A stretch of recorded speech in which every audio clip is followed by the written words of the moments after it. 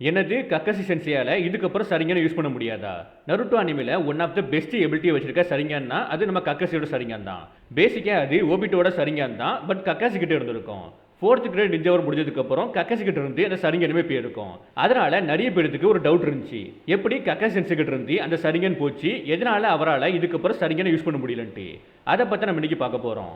First of all Kakashi sensei ஒரு Uchiha member கிடையாது. ஓபிட்டோட சரிங்கன் அவர்கிட்ட எப்படி கிடைச்சிருக்கும்னா 3rd கிரேட் நிஞ்சா வார்ல கனபி பிரிட்ஜ் மிஷன் இருக்குல்ல அதுல வந்து ஓபிட்டோ கிஃப்டா கொடுத்திருப்பான் அவனோட சரிங்கான. நேச்சுரலா அந்த சரிங்கான தாங்குற அளவுக்கு கக்கசியோட பாடி வடிவமைக்கப்படல. ஒரு உச்சிகா மெம்பர்ஸால அந்த சரிங்கான ஆக்டிவேட் பண்ண முடியும், டீஆக்டிவேட் பண்ண முடியும். பட் கக்காசி சென்சியால அவரோட சரிங்கான டீஆக்டிவேட் பண்ண முடியாது.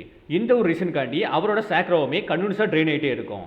அதனால தான் ஐ பேட்சுமே போட்டிருப்பாரு. பட் இருந்தாலும் கக்காசி சென்சே இந்த சரிங்கன் மூலமா நல்லாவே பாப்புலரா மாறி இருப்பாரு. இந்த மாதிரி டைம்ல தான் 4th கிரேட் நிஞ்சா வாருமே ஸ்டார்ட் ஆயிருக்கும். அதுல சரிங்கனை யூஸ் பண்ணி ஏகப்பட்ட பவர்ஃபுல் எனிமீஸை டிஃபீட் பண்ணிருப்பாரு.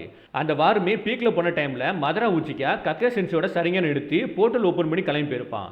லேட்டரா மதரா கிட்ட இருந்த சரிங்கனுமே ஓபிட்டோ கிட்ட போயிருக்கும். இது மூலமா ஓபிட்டோ கிட்ட 2 சரிங்கனுமே வந்திருக்கும். பட் கக்காசி சென்சியை பொறுத்த வரைக்கும் ஒரே ஒரு கண்ணு தான் இருக்கும். இன்னொரு கண்ணு பிளைண்டா இருந்திருக்கும்.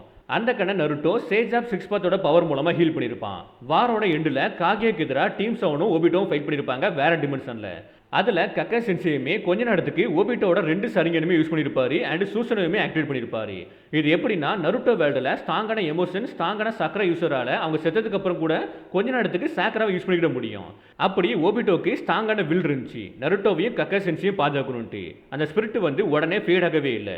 அதுலயும் நருட்டோட சேஜ் ஆஃப் 6 பாத் பவர் வந்து ஓபிட்டோட சக்கராவுக்கும் லிவிங் வேர்ல்டுக்கும் ஒரு பிரிட்ஜை கனெக்ட் பண்ணிச்சு. அந்த கனெக்ஷன் யூஸ் பண்ணி ஓபிட்டோ மேங்கிக்கும் சரிங்கன வந்து கக்காசியோட எம்டி ஐஸ்ல மேனிஃபெஸ்ட் பண்ணிருப்பான். இது வந்து பிசிக்கலான ஐஸ் கிடையாது. இது ஓபிட்டோவோட சக்கராவால உருவான ஒரு சரிங்கன். ஓபிட்டோவை பொறுத்த வரைக்கும் செத்ததுக்கு அப்புறம் கூட கக்காசிக்கு எப்படியாவது ஹெல்ப் பண்ண நினைச்சான். அதனால ஓபிட்டோவுமே அவனோட சாக்ரா மூலமா டெம்பரவரியா 2 சரிங்கனையுமே ரீமேனிஃபெஸ்ட் பண்ணிருப்பான் நம்ம கக்காசியோட உடம்புக்குள்ள. ஒன்ஸ் காகியோட பேட்டில் முடிஞ்சதுக்கு அப்புறம் அந்த சாக்ராவுமே ஃபேட் ஆயிருக்கும். அது மூலமா சரிங்கனுமே டிசப்பர் ஆகி கக்காசியோட நார்மல் ஐஸ் வந்திருக்கும். இப்படி தான் சரிங்கனுமே கக்காசி கிட்ட இருந்து போயிருக்கும்.